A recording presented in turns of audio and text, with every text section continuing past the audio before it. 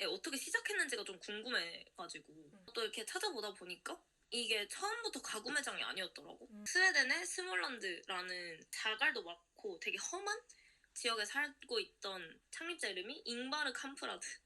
잉바르 캄프라드라는 사람이 엄마 아빠한테 받은 용돈으로 펜이랑 그런 작은 문구류를 팔기 시작했던 게 이케아의 시작이라고 들었고, 그래서 이케아 이름도 여기 제가 적어왔는데 잉바르 I, 캄프라데 K, 그래서 IK, 농장이라는 뜻의 읽을 수 없는 단어가 있어요. E로 시작하는. 엘름타리드. 엘름타리드? 엘름타리드. 그게 농장이라는 뜻이고, 또 읽을 수 없는 마을이라는 뜻의 A로 시작하는 알아요. 아구냐 리드. 아구냐 리드. 네, 그렇게 앞에 약자를 따서 이케아라는 이름이 탄생했다는 소소한 비하인드를 보면서 우리가 이케아 하면은 조립식 그런 게 되게 떠오르잖아. 지역의 영향을 좀 받은 것 같더라고. 조립식이? 조립식도 나오게 된 계기가 처음에 그냥 완제품을 팔다가 우편으로 붙이는 비용이 너무 크게 발생하니까 사람들한테 그냥 조립을 집에 가서 하라고 하자, 이렇게 해서 만든 게 그 플랫팩이잖아요. 그래서 조립해서 완제품을 파는 인건비나 배송비를 줄이고 사람들한테 싼 값에 좀 좋은 가구를 하기 시작한 건데, 이 스몰란드라는 지역이 되게 험해서 살아남으려면 다 같이 각자 가진 재능으로 협업을 해가지고 꾸려나가야 됐다고 얘기를 하더라고. 나는 이케아 하면 아까도 말했지만 싼 값에 가구 파는, 내가 직접 조립해서 만들어야 되는 가구를 파는 곳이라고 생각했는데 찾아보니까 또 막 직원들에 대한, 조직에 대한 매뉴얼?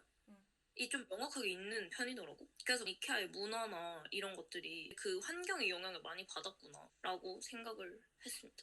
플랫팩에 또 비하인드가 있어요. 뭐죠? 1950년대 초 그때 당시 디자이너인 분이 일리스 룬드그렌이라는 분이었는데 룬드그렌 이름이 좀 어렵네요. 근데 그분이 빌리라는 이름의 책장이랑 그 이케아 로고를 디자인한 분인데, 이케아 카탈로그용 촬영을 할 그 테이블을 사진 스튜디오에 전달하는 임무가 있었대요. 그분의 차에 테이블 그 사이즈가 안 맞았던 거죠. 그래서 이제 다리를 떼면 어떨까라고 생각을 했대요. 플랫팩 가구를 이 사람이 발명을 한 건 아닌데 그 방법을 이케아 제품군에다가 적용을 해서 대중화가 된 그런 거였는데, 작은 생각에서 이렇게까지 큰 영향을 미칠 수 있는 게 되었다라는 게 되게 신기하고 이렇게도 될 수 있구나 싶었던. 그러니까 나 그 이케아 카탈로그 정리해놓은 걸 봤는데 그게 너무 예쁘더라.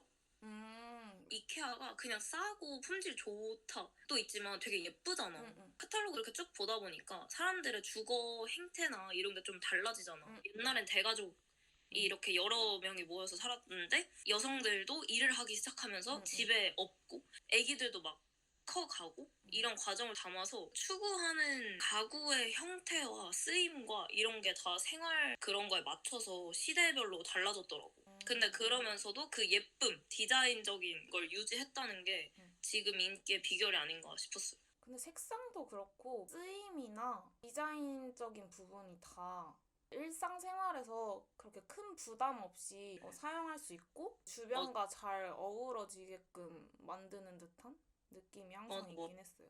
제가 그걸 봤어요. 이케아가 처음에 작게 시작했다가 스웨덴 전역으로 퍼지다가 이제 옆에 덴마크랑 노르웨이 이렇게 퍼지고 점점 많은 나라들로 그렇게 오면서 그 프랜차이즈라는 그걸 도입을 했더라고. 프랜차이즈 형식으로 가겠다. 본사에서 관리를 하되 이제 그 사람들한테 수수료를 받고 이렇게 하는 식으로 프랜차이즈를 가지고 왔는데, 그렇게 하다 보면 전 세계에 이케아 매장이 있는데 다 똑같은 느낌을 줘야 될 거 아니야, 사람들한테. 그런 걸 만들었더라고. 그 이케아웨이 라는 걸 만들어서 이케아의 직원들이 이케아의 존재 방식과 활동 방식을 더 잘 이해할 수 있는 그런 교육 프로그램을 만들었다고 하더라고. 직원들한테 강조하는 게 함께 일하면서 서로 더 강한 관계를 형성하고 언제나 더 나은 방법을 찾고 책임지고 결정 내리고 포기하면서 자기 일을 완수하라는 거, 솔선수범하면서 다른 사람과 우리 스스로의 장점을 이끌어내며 일을 하자, 이런 식으로 직원들을 교육하는 프로그램들을 마련을 했더라고요. 그 8가지 핵심 가치에 사람을 얘기하는 게 되게 컸던 것 같아. 그 이케아를 구성하고 있는 사람들한테 이케아다운 건 이런 거야 라고 이렇게 교육하는. 우리가 전 세계 어딜 가든 비슷한 느낌을 받을 수 있는 게 창립자와 그 사람들이 만들어 놓은 그걸 아래 사람들이 계속 꾸준히 이어오고 있기 때문이 아닌가. 조직이라는 걸 만들 때 그게 되게 중요한 것 같아. 그 조직의 사람들을 위한 행동 강령 같은 거? 우리 조직다운 건 이런 거예요. 라고 얘기를 계속하고 교육하는 것들이. 그런 생각이 또 들었어요. 항상 뭔가 사람들한테 사랑을 되게 많이 받는 브랜드들을 보면 사람에 대한 그런 초점이 엄청 잘 잡혀 있다고 해야 되나? 근데 그게 사람이 일반적인 우리 구매자, 소비자의 사람도 사람이지만 그 안에서 뭔가 일을 하고 구성원이 되어 있는 그런 사람들한테 되게 힘을 많이 쏟는다? 그러니까 이게 전 세계적으로 좀 뻗어 나간다거나 아니면 좀 이렇게 프랜차이즈 형식으로 많이 두고 있는 사람들한테 사랑받는 브랜드들 보면 꼭 그 사람이 있는 것 같아. 사실 생각해보면 오롤리데이 갔을 때도 행복을 말하는 그 직원들, 그 응대해주시는 분들, 그리고 이솝도 우리가 다른 매장에 다 갔는데 그 분위기가 비슷했잖아. 응대해주는 것도 비슷하고. 이런 것들이 공간에서 나오고 제품에서 나오겠지만 사람에서 나오는 게 굉장히 크지 않나. 할수록 깨닫는 것 같습니다. 사람의 힘을 실어야 오래 장기적으로 브랜드를 이끌어 갈 수 있는 것 같은 그런 느낌이라고 해야 되나?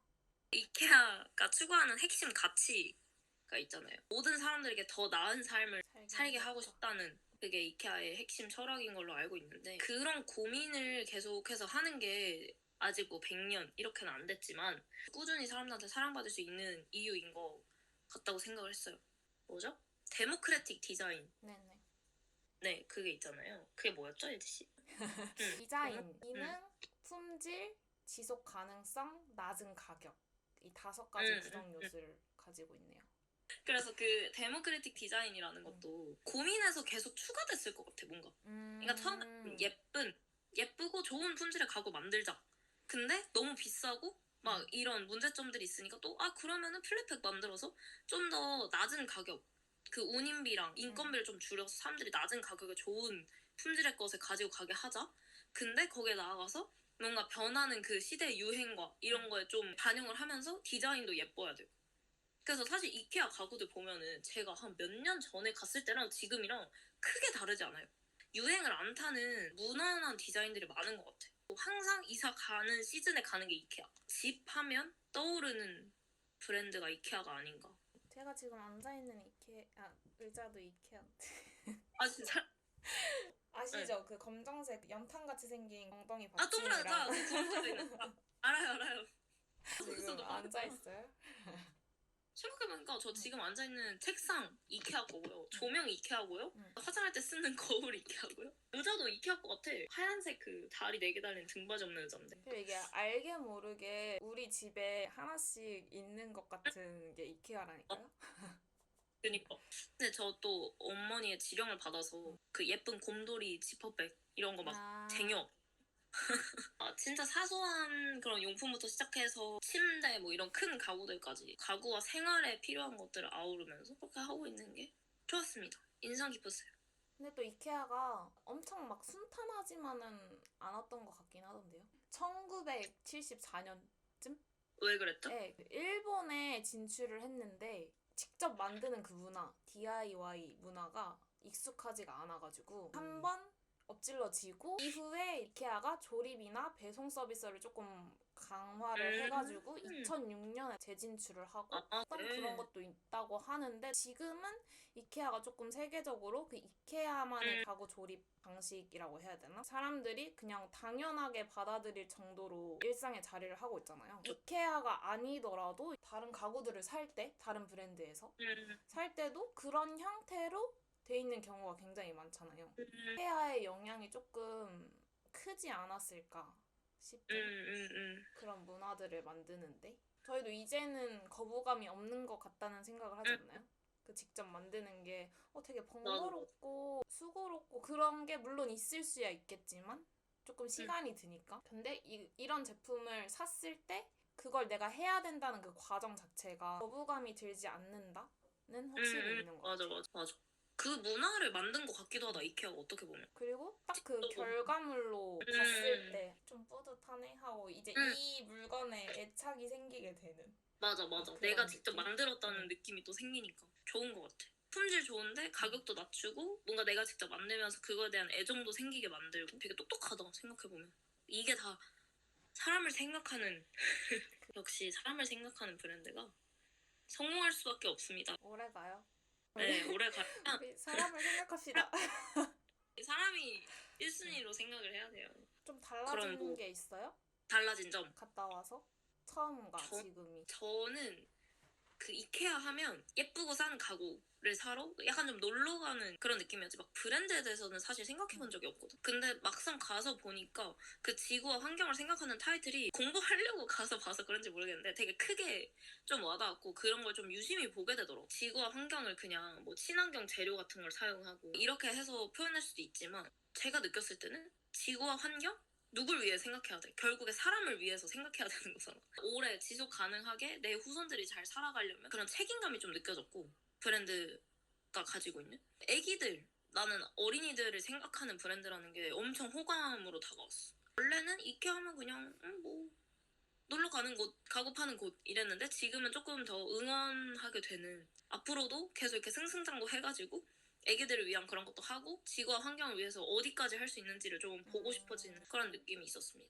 저도 준 씨처럼 이케아라는 브랜드를 살면서 진지하게 생각해 본 적이 없었는데 얘네가 뭔가 가격을 내세우면서도 동시에 좋은 품질을 내려고 노력을 많이 하고 있다라는 것 자체가 제 인식에, 제 머릿속에 아예 없었거든요. 가격이 저렴한 브랜드? 겉보기에는 그렇게 저렴해 보이진 않은데 가격을 뭔가 이렇게 본 적은 없으니까 자세히 그런 이미지였다가 공부도 하고 매장도 직접 방문을 하고 저도 여기서 자취를 처음 시작을 하다 보니 여러 가지 가구들을 사러 다니게 되었는데 그제서야 이제 비로소 보이게 된 가격도 저렴하고 근데 또 가격에 비해 품질은 좋고 그런 생각이 이제 들다 보니까 창립자가 계속 추구하던 그런 가치관이 되게 잘 보였다.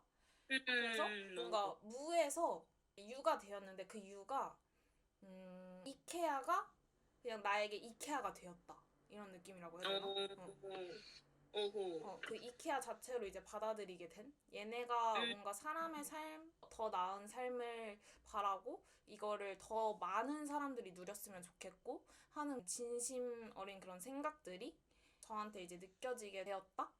아무 생각 없다가 되게 좋은 경험을 하게 된 그런 느낌이었어. 맞아. 그 미트볼은 사실 어딜 가나 있잖아. 어떤 나라에 어떤 매장을 가든 있는 메뉴가 미트볼인 것 같은데 그 미트볼조차도 10개월 동안 엄청나게 연구를 했다고 봤거든요. 많은 테스트와 시식을 했다. 지금은 어쨌든 저렴한 가격에 맛도 있는 메뉴잖아요. 이 미트볼 자체가. 단순해 보이는데 그게 또 고민이 엄청나게 많이 들어간 메뉴였다는 걸 보면서 이 사람들은 고객한테 뭔가 더 나은 것들을 제공하려고 하나하나 세심하게 바라보고 고민하고 생각했다는 그거 자체가 되게 많이 느껴졌어요, 저는. 맞아요.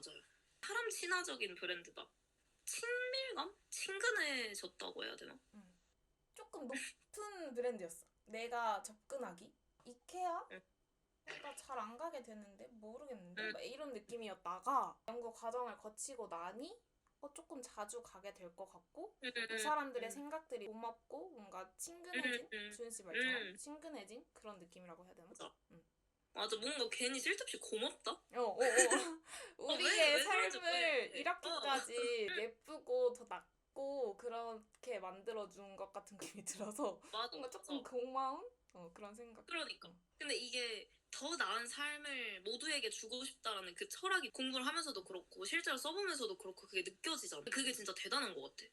이게 딱 그들이 추구하는 것과 이걸 사는 사람들이 느끼는 게 되게 동일하기가 쉽지가 않은데 그치? 맞아. 그게 딱 동일해 버렸어. 동일해 버렸어? 똑같아. 아니 뭐래? 그니까 말과 행동이 일치하는 거야. 일치해져 버렸어. 일치했어. 근데 그래서 이케아 연구 책을 읽어본다거나 이렇게 한 게 아니지만 체험해보고 알아보니까 더 좋아졌고 역시 승승장구 하는 브랜드는 이유가 있다. 사랑받는 이유가 있다. 이런 생각하게 됐다. 그래서 뭐 연구하신 소감이 제가 방금 소감 말한 거 같거든요. 저도 말하면서 소감은 다 말한 네, 것 같긴 한데 이케아를 연구하면서 또 하나의 좋은 브랜드를 알았고 또 하나의 좋은 경험과 깨달음을 얻었던 것 같아요. 좋네요. 네. 이렇게 저희의 세 번째 브랜드 이케아가 마무리가 됐습니다. 네. 네, 박수 한번 치시죠. 다음 고생하셨- 브랜드도 기대가 되네요. 그러니까요. 다음에 또 뭔가 이 할수록 나는 옛날에 막 좋아하는 브랜드 있어? 막 이런 얘기 들으면 좀 곤란했거든. 딱히 내가 좋아하는 브랜드? 내가 좋아한다는 게 자주 사는 걸 말하는 건가? 그런 게 있었는데 이걸 연구를 하면서 호감이 생기는 브랜드가 하나씩 늘어가고 있는 것 같아서 좋아요. 이제는 뭔가 하나만 말할 수 있는 게 아니라 조금 많은데 싶은 맞아. 브랜드를 보면 볼수록 그럼 과연 다음 브랜드는 뭐가 될지 기대해주세요. 앞으로 또 많은 기대 부탁드립니다. 많고